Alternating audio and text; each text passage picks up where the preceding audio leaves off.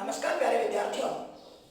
कल तक हमने बात करी थी अलंकारों के संबंध में और अलंकारों वाला जो आपका चैप्टर था वो पूरा हो चुका था। आज हम बात करेंगे भाषा, लिपि और व्याकरण के संबंध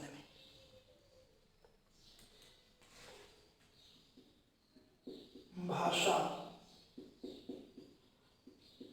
लिपि, ऐसा कर दो, भाषा, व्याकरण एवं लिपि का परिचय। इसमें हम बात करेंगे भाषा के संबंध में, भाषा की परिभाषा, उसके प्रकार, व्याकरण की परिभाषा और इसके साथ साथ देवनागरी हिंदी का जो लिपि का जो मानक रूप है हमारी देवनागरी लिपि का, उसके संबंध में हम बात करेंगे। सबसे पहले हम बात करते हैं भाषा के संबंध में। जैसा कि हम जानते हैं कि मानव विकास के इतिहास की अगर हम बात करें तो भाषा जो है वो क्या है? संप्रेषण का माध्यम है भाषा।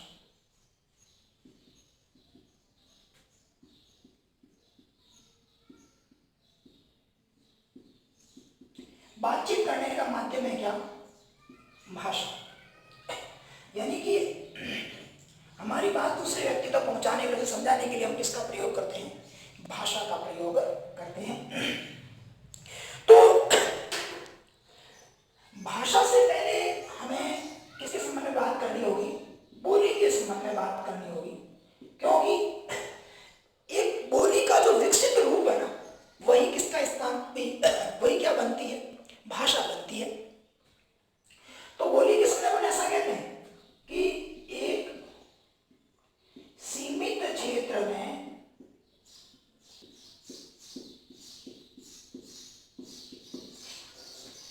बोली जाने वाली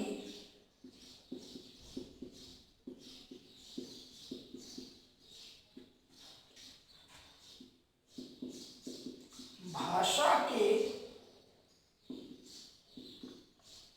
स्थानीय रूप को बोली कहते हैं।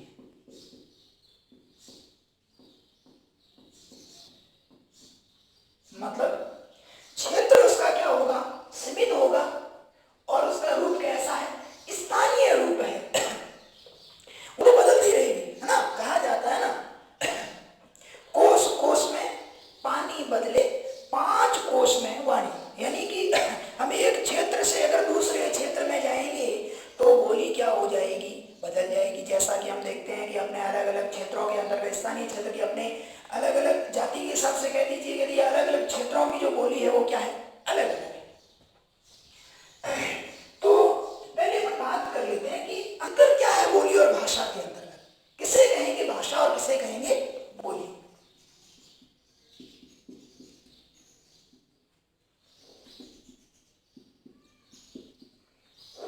बोली, इसका क्षेत्र सीमित होता है, जबकि भाषा का क्षेत्र विस्तृत होता है।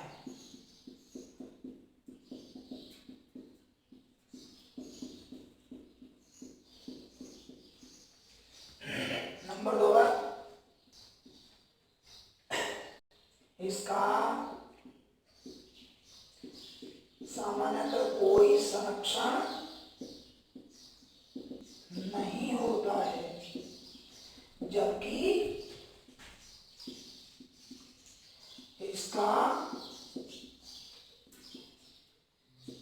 संरक्षण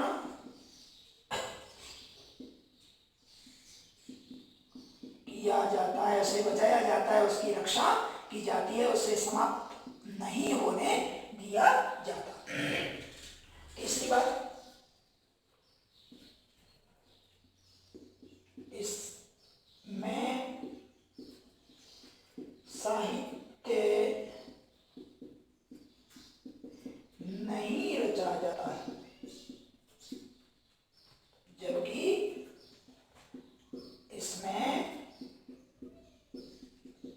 साहित्य रचा जाता, ये भी कह सकते हो। इसका व्याकरण निश्चित नहीं होता है। जबकि एक भाषा का हमेशा ध्यान रखना व्याकरण निश्चित होता है, बिना व्याकरण की कोई भाषा नहीं होती। क्या करती है व्याकरण पर आगे देखेंगे। व्याकरण है क्या? व्याकरण एक प्रकार की नियमावली है और वह भाषा को शुद्ध रूप से लिखने और बोलने संबंधी नियमों की क्या देता है, जिसके बाद जो जानकारी हमें प्राप्त होती है वो किसके माध्यम से प्राप्त होती है? व्याकरण के माध्यम से ही प्राप्त होती है। चार बिंदु है, ध्यान रखना। बोली और भाषा में अंतर के संबंध में। अब इसके आधार पे यदि हम भाषा की परिभाषा लेना चाहें तो क्या देंगे? एक बोली के संबंध में हमने बात की कि जिसका क्षेत्र सीमित होता है, इसका क्षेत्र विस्तृत होता है, इसका संरक्षण नहीं होता, जबकि भाषा का संरक्षण किया जाता है। इसमें साहित्य नहीं रचा जाता, इसमें साहित्य रचा जाता है। इसका व्याकरण निश्चित नहीं होता, जबकि इसका व्याकरण निश्चित होता है। इसी के आधार पर ये परिभाषा बन जाएगी। जब एक बोली का क्षेत्र विस्तृत हो जाए, उसका संरक्षण होने लगे और उसमें साहित्य रचा जाने लगे और इसके साथ साथ क्या कहेंगे, उसका व्याकरण निश्चित हो जाए, तो वह बोली क्या बनने लग जाती है? भाषा बनने लग जाती है। या वो बोली क्या बन जाती है? भाषा बन जाती है। क्या परिभाषा देंगे? जब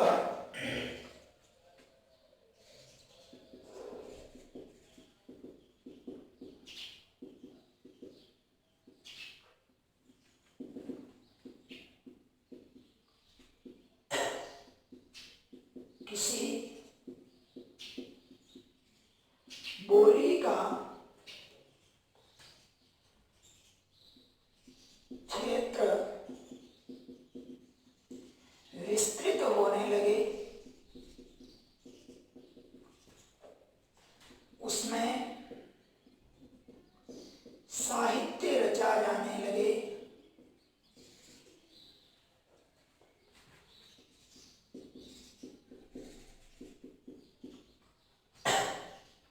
उसका संरक्षण होने लगे और उसका व्याकरण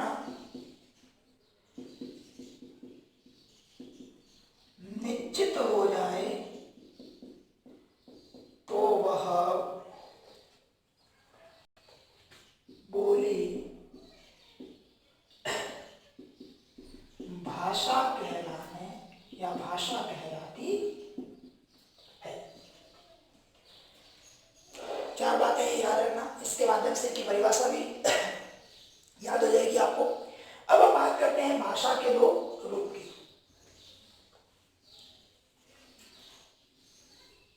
कितने प्रकार है भाषा के? दो प्रकार है, ध्यान रखना। भाषा के प्रकार कितने हैं? दो। कौन कौन से? एक है आपका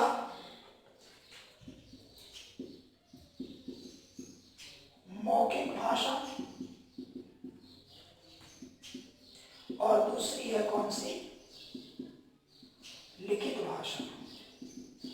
तो जो वाणी के माध्यम से बोल करके व्यक्त की जाती है वो तो कैसी भाषा है? मौखिक भाषा है। और जो लिपि चिन्हों के माध्यम से व्यक्त की जाती है, जो लिखित रूप में यानी लिख करके व्यक्त की जाती है, वो कैसी भाषा है? लिखित भाषा है। तो देखो,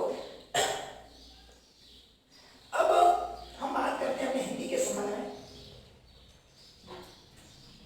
हमारी भाषा है कौन सी? हिंदी। जैसा कि सामान्यतः कई किताबों में आपको ऐसा लिखा होगा कि हमारी राष्ट्रीय भाषा कौन सी है? हिंदी है, जबकि वास्तविकता कुछ और है। भाषा न मान करके हम इसे संविधान के अंतर्गत कौन सी भाषा स्वीकार किया गया है? राजभाषा स्वीकार किया गया है। हम प्रतिवर्ष 14 सितंबर को हिंदी दिवस मनाते हैं। क्यों मनाते हैं? क्योंकि 14 सितंबर के दिन हमारी हिंदी भाषा को संविधान के द्वारा, संविधान की जो समिति है उसके द्वारा कौन सी भाषा स्वीकार की गई थी? राजभाषा स्वीकार की गई थी। और उसके अंतर्गत जैसा कि हम जानते हैं कि क, ख और ग 3 श्रेणी में राज्यों को विभाजित कर दिया गया था और आगामी 15 वर्ष के लिए व्यवस्था कर दी गई थी कि 15 वर्ष तक जो है वो हिंदी को राजभाषा के रूप में रखा जाएगा और उसके बाद जो है वो इसे राष्ट्रभाषा घोषित कर दिया जाएगा। लेकिन ऐसा संभव नहीं हो सका और वर्तमान में हिंदी जो है वो संविधान की यानी कि राज कार्य की भाषा ही बनकर रह गई है। तो हमारी जो हिंदी भाषा है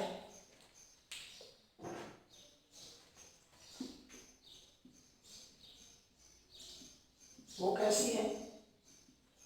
राजभाषा है। ध्यान रखना, इसे राजभाषा का दर्जा कब दिया गया?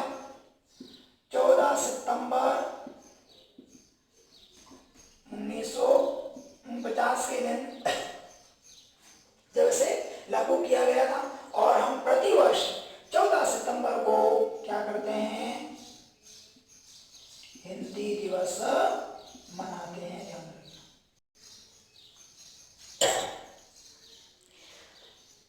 अब हम हिंदी भाषा की बोलियों के वर्गीकरण के संबंध में बात करेंगे कि ऐसी कौन कौन सी बोलियां हैं जो किसके अंतर्गत आती है?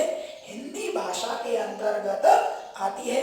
तो एक बात ये ध्यान रखना कि हमारी हिंदी भाषा की जो लिपि है वो देवनागरी है और इसके वर्गीकरण के बाद हम बात करेंगे अन्य और कौन कौन सी भाषाएं हैं जिनकी लिपि जो है वो कौन सी है? देवनागरी है। जैसा कि इस बार 2020 में यही प्रश्न आया था कि ऐसी कौन कौन सी भाषाएं हैं जिनकी जो लिपि है वो कौन सी है? देवनागरी है। इसके बाद हम इसके बारे में बात करेंगे। तो पहले अपन बात कर लेते हैं जिसके संबंध में हिंदी भाषा की जो बोलियां हैं उसके वर्गीकरण के संबंध में कि कौन कौन सी ऐसी बोलियां हैं जो बस इस हिंदी भाषा के अंतर्गत आती है।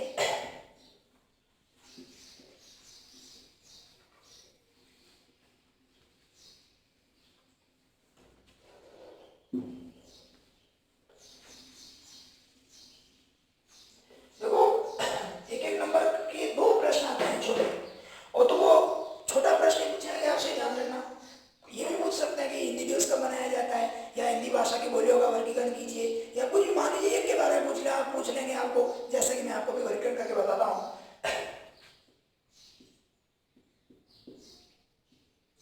हिंदी भाषा की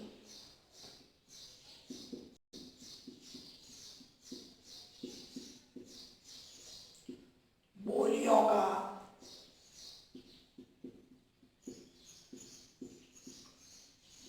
वर्गीकरण।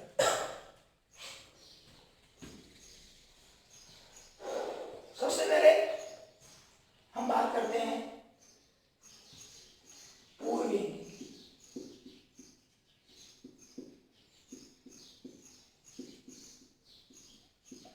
पूर्वी हिंदी के अंदर 3 बोलियां आती है। ध्यान रखना,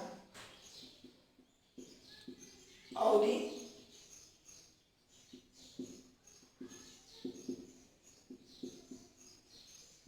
बघेली और छत्तीसगढ़ी। ध्यान रखना, अवधि में दी की मात्रा बड़ी करना, छोटी करते ही तो समाप्ति हो जाएगा। बिल्कुल ध्यान रखना इस बात का। पूर्वी हिंदी के बाद हम बात करते हैं किसकी? पश्चिमी हिंदी। पश्चिमी हिंदी के अंतर्गत कितनी बोलियां आती है? 5 बोलियां आती है। ध्यान रखना, कौन कौन सी? ब्रज, बांगरू,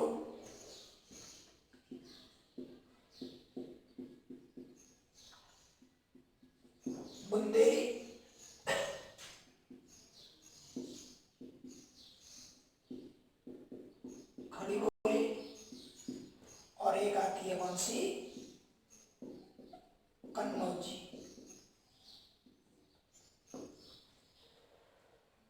उसके बाद बिहारी हिंदी की बात करें तो बिहारी हिंदी के अंदर 3 बोलियां आती। एक है आपकी मगही, मैथिली, भोजपुरी। बिहारियों को भक्ति ने बेटी का भोजन करवाया नहीं, तो याद रखना इसके संबंध में। बात ट्रिक से संबंधित है पढ़ना, उस जो नोट्स है उसके अंतर्गत मैं अलग अलग ट्रिक बना कर दूंगा आपको। ये एकदम सामान्य से सीधी सीधी याद हो जाएगी आपको। फिलहाल आप इनको देखते रहिए। इस प्रकार से अगर डायरेक्टली याद होती है तो इनको अच्छी तरह से पढ़ लें और ऐसे याद कर लें, नहीं तो फिर हम ट्रिक के माध्यम से याद करेंगे। बिहारी के बाद पहाड़ी हिंदी, और पहाड़ी हिंदी के अंतर्गत कौन कौन सी आती है? गढ़वाली और कोमागुनी।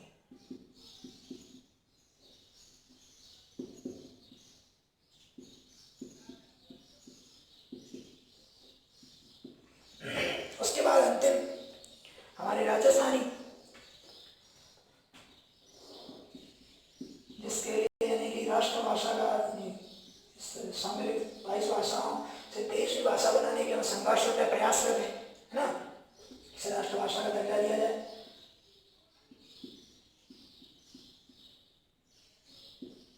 राजस्थानी हिंदी, अगर राजस्थानी हिंदी की बात करें तो कौन कौन सी है? मूल तो 4 ही है, ध्यान रखना। एक है मेवाड़ी, मेवाती, मारवाड़ी,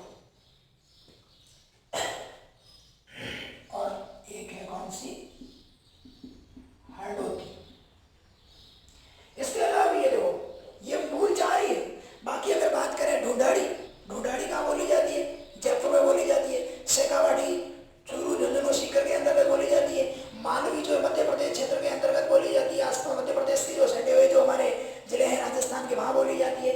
इन चारों के बारे में अगर हम बात करें तो मेवाड़ जो क्षेत्र है हमारा, कौन सा?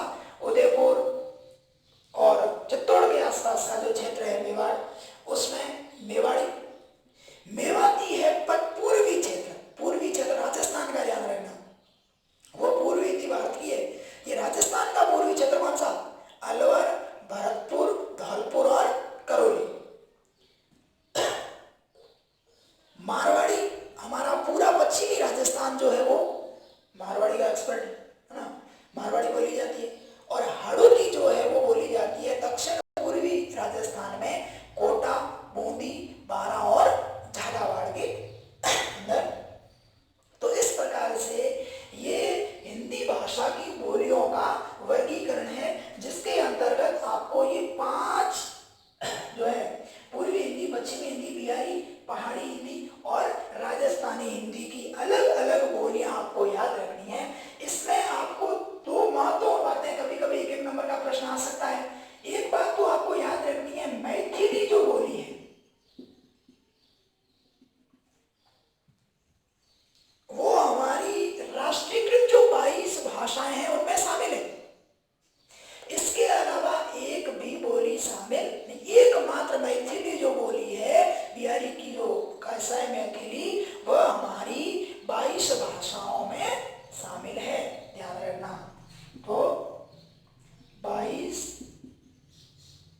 राष्ट्रीयकृत भाषाओं में शामिल है, ध्यान रखना एकमात्र। और भोजपुरी जो है वो सर्वाधिक संख्या के अंतर्गत लोगों के द्वारा बोली जाती है। अगर आपसे पूछे कि हिंदी भाषा की बोलियों में ऐसी कौन सी बोली है जो सर्वाधिक लोगों के द्वारा बोली जाती है, वो कौन सी है? ध्यान रखना, बिहारी की भोजपुरी।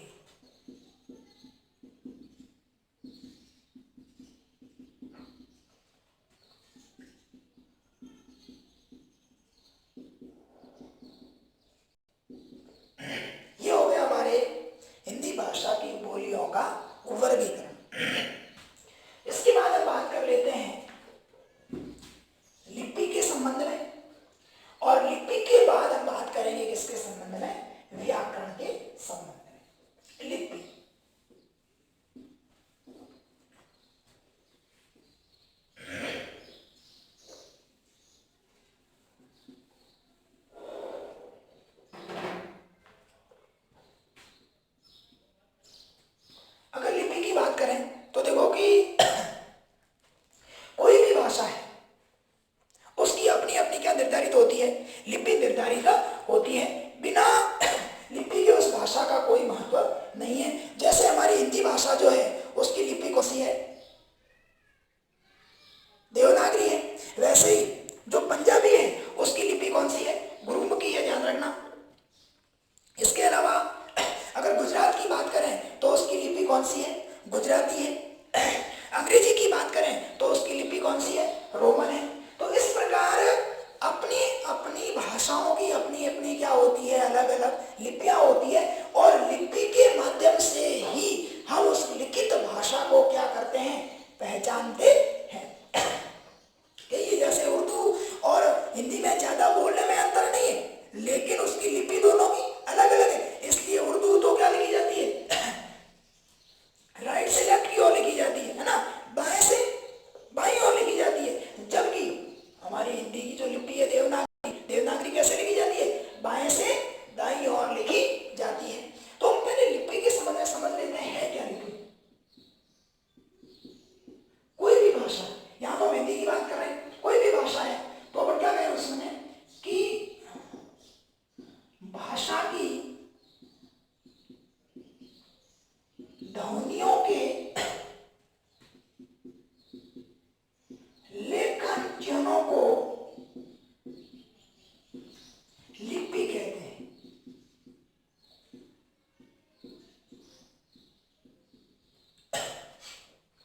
और किसी भी भाषा को पहचानने के लिए किसकी आवश्यकता होती है, लिपि की आवश्यकता होती है।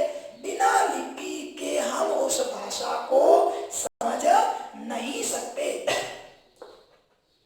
जैसे मैंने आपसे कहा कि अपनी जो हिंदी भाषा है उसकी लिपि कौन सी है, हिंदी भाषा की लिपि कौन सी है, देवनागरी। इस बार प्रश्न जो आया बोर्ड में वह यह पूछा गया था कि ऐसी कौन कौन सी भाषाएं हैं जिनकी लिपि कौन सी है, देवनागरी है। तो ध्यान रखना, इसके हिंदी के अलावा संस्कृत,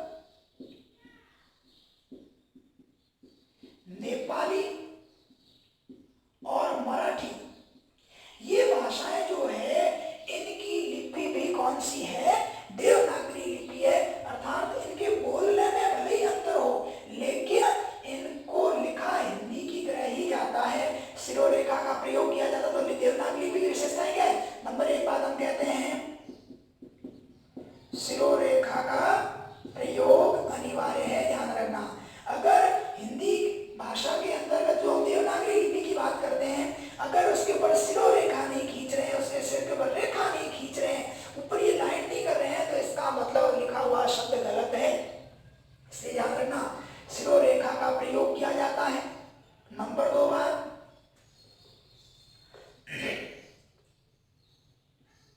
जो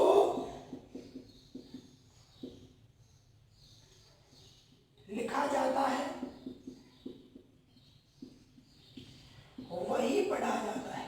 कैसे, अभी बताऊंगा। नंबर तीन बात,